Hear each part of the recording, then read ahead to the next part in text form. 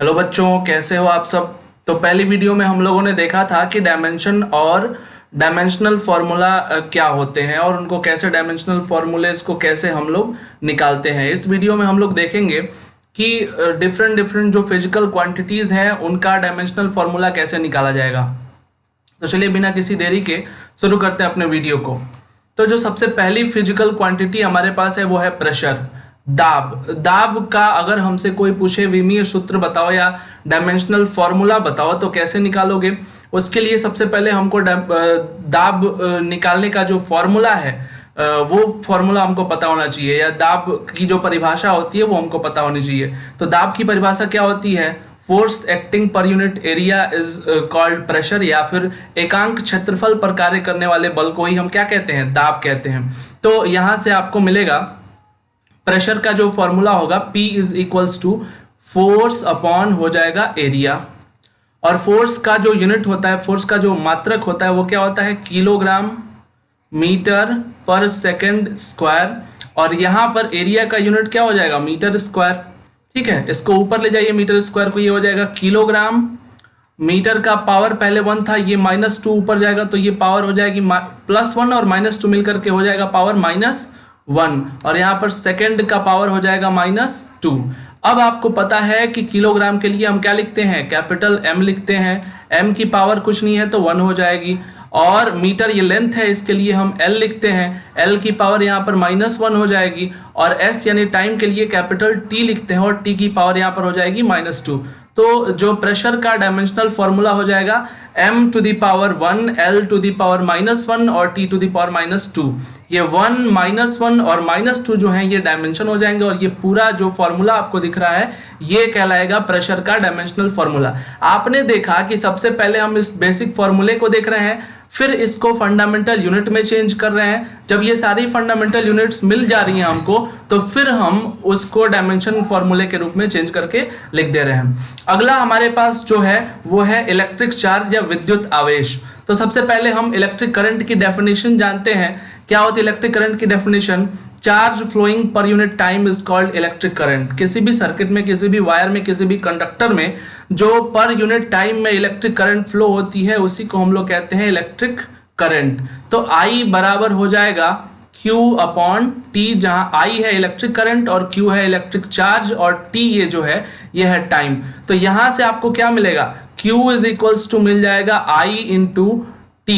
मैंने पहली वीडियो में आपको बताया था कि I यानी इलेक्ट्रिक करंट के लिए हम A लिखते हैं और टाइम के लिए कैपिटल T लिखते हैं। तो A टू दी पावर भी 1 और T टू दी पावर 1, यानी A का पावर 1 और T का पावर 1, ये हो जाएगा इलेक्ट्रिक चार्ज का डायमेंशनल फॉर्मूला। बढ़ते हैं अपने तीसरे पॉइंट की तरफ, ये है इलेक्ट्रिक पोटेंशियल। तो वैसे ही जैसे हम लोग पीछे 2 सवाल को देखें, इलेक्ट्रिक पोटेंशियल यानी विद्युत विभव की परिभाषा क्या होती है? उसकी परिभाषा आपको पता है कि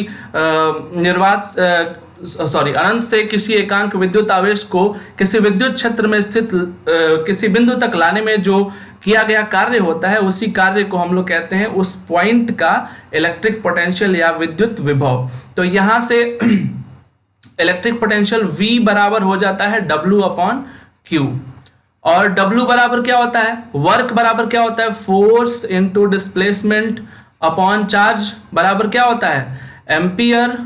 चार्ज को हम लोग चार्ज को Q ही रहने देते हैं, या फिर इसको I इंटू T में चेंज कर सकते हैं, I इंटू T में। फोर्स के लिए फोर्स का यूनिट क्या होता है? Kilogram metre per second square, और यहाँ पर ये डिस्प्लेसमेंट है, ये भी लेंथ है, इसके लिए हम लिख देंगे मीटर, और फिर से यहाँ पर I के लिए लिख देंगे कैपिटल A, और टाइम के लिए भी लिख देंगे फिर से सेकंड। सबको ऊपर ऐसे ले जा करके यहाँ पे मैं कर देता हूं। ये हो जाएगा क्या? ये हो जाएगा किलोग्राम मीटर, 1 और 1 मिलकर के हो जाएगा 2, मतलब मीटर 2 बार हो गया। सेकंड यहाँ पर 1 था और ऊपर -2 है, ये ऊपर जाएगा तो हो जाएगा -1, सेकंड का पावर -1। ठीक है, और ये एम्पियर ऊपर चला जाएगा, ये हो जाएगा -1। यहां से क्या मिलेगा? किलोग्राम के लिए हम लिख देंगे कैपिटल M, और लेंथ मीटर के लिए लिख देंगे L का पावर 2, समय के लिए लिख देंगे T का पावर -1, और A के लिए एम्पियर के लिए A ही लिखेंगे, और ये हो जाएगा -1। ये हो जाएगा इलेक्ट्रिक पोटेंशियल का डायमेंशनल फॉर्मूला। ठीक है, आगे बढ़ते हैं। ठीक है, आगे बढ़ते हैं। इलेक्ट्रिक परमिटिविटी क्या होती है, निर्वात की विद्युतशीलता क्या होती है। सबसे पहले आपको कूलॉम्स लॉ को जानना होगा। जैसे आप लोगों ने फोर्स ऑफ ग्रेविटेशन यानी गुरुत्वाकर्षण बल को पढ़ा था, न्यूटन के फॉर्मूले को देखा था मास बॉडीज के बीच में लगने वाले फोर्स को कैलकुलेट करने के लिए। वैसे दो चार्ज पार्टिकल अगर हैं, ये पहला चार्ज है और ये दूसरा चार्ज, ये चार्ज Q1 है और ये चार्ज Q2 है, और दोनों के बीच की डिस्टेंस अगर r है, तो इन दोनों के बीच में जो फोर्स लगता है F, उसको कैलकुलेट करने का फॉर्मूला होता है 1/4 पाई एप्सिलॉन नॉट, ये Q1 Q2 divided by are square. ये जो एप्सिलॉन नॉट यहाँ पर आपको दिख रहा है, उसी को बोलते हैं इलेक्ट्रिक परमिटिविटी या निर्वात की विद्युतशीलता, और इसी का डायमेंशन फॉर्मूला हमको निकालना है। तो हम सबसे पहले इसकी वैल्यू निकालेंगे।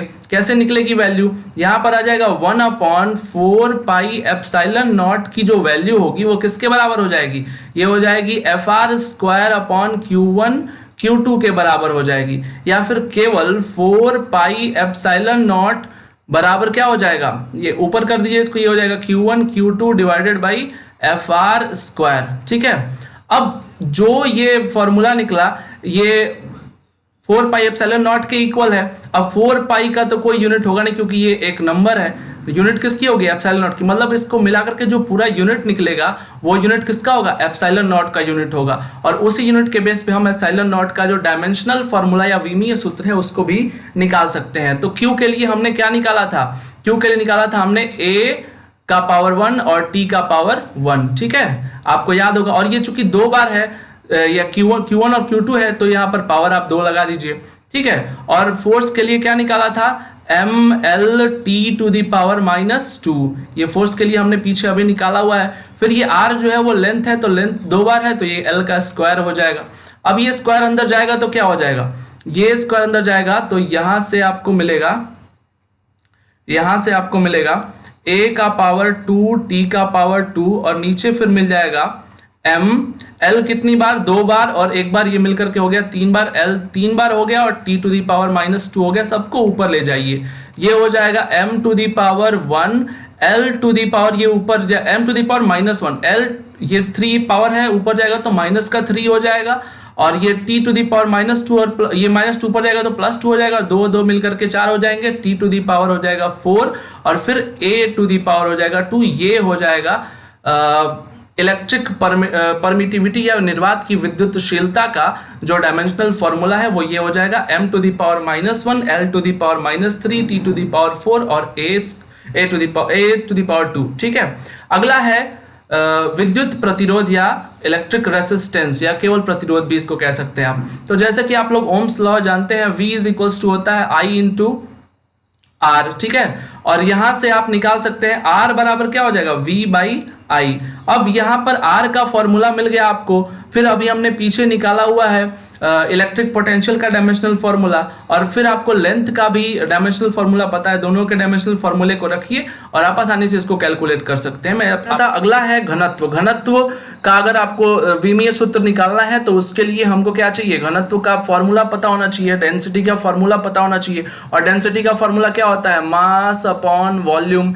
ये मास के लिए आप लिखते हैं m, और वॉल्यूम बराबर होता है लेंथ 3 बार ही आता है वॉल्यूम में, तो ये लेंथ का हो जाएगा पावर 3, या इसी को ऊपर लेकर के जाओ ML टू दी पावर -3 हो जाएगा डेंसिटी का डायमेंशनल फॉर्मूला। आगे बढ़ते हैं पावर की तरफ। ठीक है, तो पावर क्या होता है, पावर को निकालने के लिए आपको सबसे पहले पावर का फॉर्मूला पता होना चाहिए। पावर बराबर होता है वर्क डन अपॉन टाइम, मतलब एक यूनिट टाइम इंटरवल में जितना वर्क किया जाता है उसी वर्क को हम लोग बोलते हैं पावर। तो वर्क का फिर से आपको डायमेंशनल फॉर्मूला पता है, अगर बेसिक से समझना चाहें तो फिर से देख लीजिए, फोर्स इनटू डिस्प्लेसमेंट होता है, वर्क बराबर ये हो जाएगा टाइम।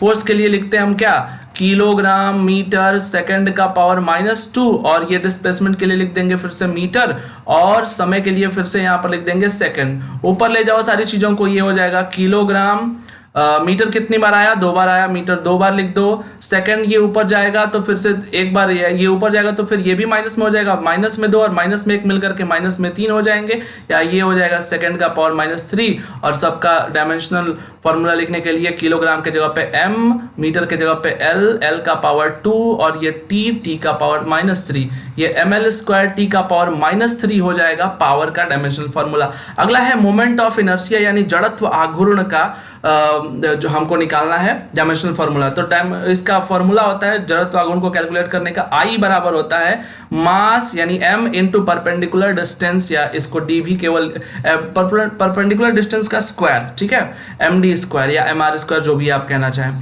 तो यहां पर ये मास के लिए हम क्या लिख देंगे, कैपिटल M, ये डिस्टेंस है, इसके लिए लिख देंगे L का स्क्वायर, ये हो जाएगा ml² क्या हो जाएगा, जड़त्व आघूर्ण का डायमेंशनल फॉर्मूला।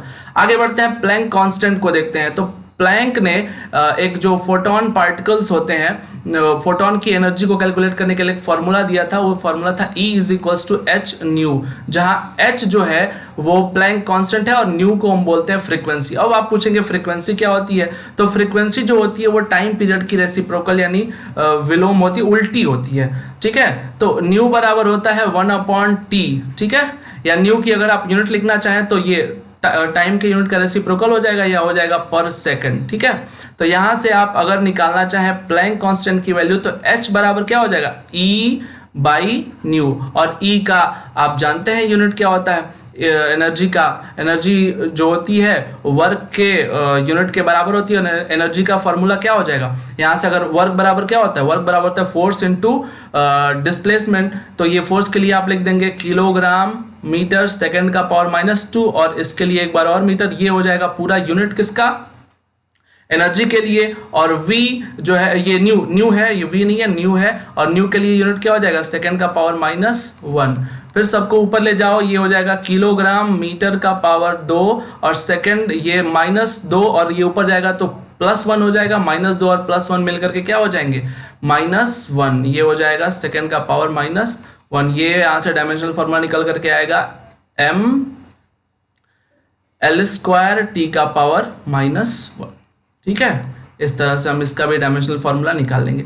अगला है त्रिकोणमितीय अनुपात यानी sine theta, cos theta, tan theta, cot theta, sec theta और कोसेक थीटा, इनका डायमेंशनल फॉर्मूला हम कैसे निकालेंगे। आपको पता है कि जब भी आप साइन थीटा की वैल्यू लिखते हैं तो वो होता है परपेंडिकुलर अपॉन हाइपोटेनियस यानी लंब बटा कर्ण के बराबर होता है, ठीक है। और ये दोनों लंबाइयां होती हैं, ठीक है। तो इसकी भी यूनिट आपको मीटर में ही मिलेगी और इसकी भी यूनिट मीटर में ही मिलेगी। मीटर से मीटर कैंसिल आउट हो गए, यहाँ पर कोई भी आपको यूनिट देखने के लिए नहीं मिलेगा। तो चूंकि इसकी कोई यूनिट नहीं है इसलिए इसका कोई डायमेंशन भी नहीं होगा। जिसका यूनिट होता है उसका ही डायमेंशन होता है, ठीक है। तो यहाँ पर आप कह सकते हैं कि ट्रिग्नोमेट्रिक रेशियोज का यूनिट भी नहीं होता और उनकी डायमेंशन भी नहीं होती, मतलब किसी भी त्रिकोणमितीय अनुपात का कोई भी डायमेंशनल फॉर्मूला आपको नहीं मिलेगा।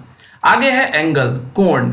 कोण और घन कोण के बारे में स्पेशल केस बन जाता है। ये आपको दो ही ऐसी क्वांटिटीज मिलेंगी जिसमें यूनिट तो होगा पर इसका डायमेंशनल फॉर्मूला नहीं होगा। आपको पता है कि ये उपमूल भौतिक राशियां हैं। आपको मैंने पहली वीडियो में ही बताया था, ये कोण और घन कोण यानी सॉलिड एंगल ये जो है ये दोनों क्या है, ये उपमूल भौतिक राशियां हैं। और कोण का मात्रक होता है डिग्री, बिल्कुल नहीं, डिग्री कभी नहीं मात्रक होता कोण का।